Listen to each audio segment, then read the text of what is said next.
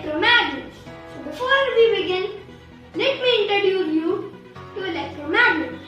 So electromagnet is a magnet in which magnetic field is produced by electric current.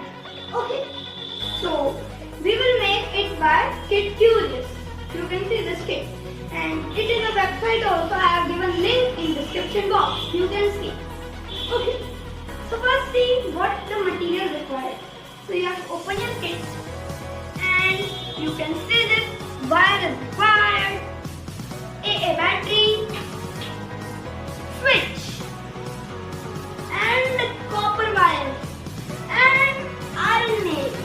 Okay, so after using these materials, you can see what I have made. Yes, so let me tell you the process how I have made it. Okay, you can see this AA battery. Okay, you have to take two. It is coming kit only, and you can see this is positive side, this is negative side. This is positive and this is negative. So you will require tape also, and you have to take this wire and cut it into pieces, and in one side this and this.